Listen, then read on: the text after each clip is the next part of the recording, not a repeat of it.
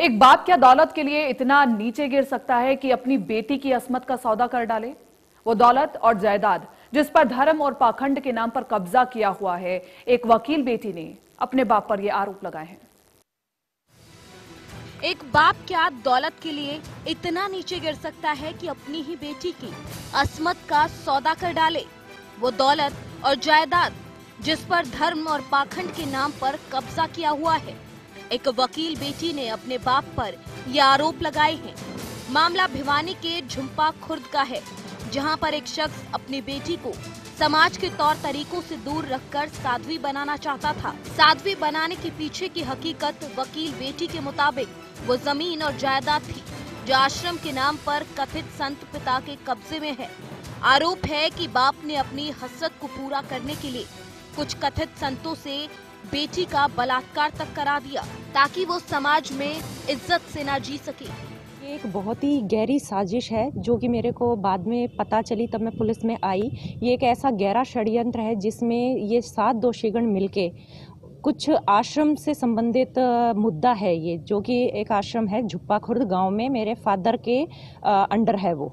तो ये सारा मुद्दा जो मैंने खोजबीन करी खुद अपने स्तर पे, तो पाया कि उस आश्रम को मेरे फादर अपनी पर्सनल भूमि अपनी प्रॉपर्टी बनाना चाह रहे हैं, जिसके लिए लेकिन उसमें क्या था, बतौर उत्तराधिकारी किसी नाथ पंथ के व्यक्ति को ही मिल सकती थी, लेकिन इसमें मेरे फादर इसको अपनी पर्सनल प्रॉपर्टी बनाना चाहते हैं, अपने पोते को देना चाहते हैं, जिसके लिए उन्होंने स्वयं को, अब उनका जो गुरु थे शंभुनाथ जी महाराज, उनका चेला बताया, परमप्रिय चेला बता के खुद उत्तराधिकारी बने और फिर अपने जीवन काल में एक वसीयत की कि मेरी बेटियां उनको मेरी मृत्यु के बाद उत्तराधिकारी बनाए और वो इस आश्रम को सुचारू रूप से चलाएंगे और इसकी गतिविधियों को कैरी ऑन करेंगी। तो उनकी गतिविधियां और सुचारू रूप से आश्रम को चलाने के लिए संन्यास धारण करना पड़ेगा। ये एक बहुत ही सहनशील मुद्दा है, संवेदनशील मुद्दा है, जो कि मेरे को अब पता चला है कि मेरे फादर, जो कि मेरी मैरिज स्पॉइल हुई, उसके बाद मेरे माँ बाप मेरे साथ अब अत्याचार कर रहे हैं और मेरी बाबा शीलनाथ से कह के और संजीत भालोठिया जो वकील है उनसे, जिनके अंडर में पहले प्रैक्टिस करती थी लोहारू में, उनसे मेरा बलात्कार करवाया गया। लेकिन लालची बाप की वकील बेटी ने भी अस्मत के साथ अपने जमीर को नहीं लुटने दिया। वो बाप के साथ उन 7 लोगों के अत्याचार के खिलाफ खड़ी हो गई। उसने सभी 7 लोगों पर जबरन साध्वी बनने पर मजबूर करने और दुष्कर्म का आरोप लगाया। पुलिस ने मामले में मुकदमा दर्ज कर लिया, तो वहीं 2 आरोपियों ने अग्रिम जमानत ले ली।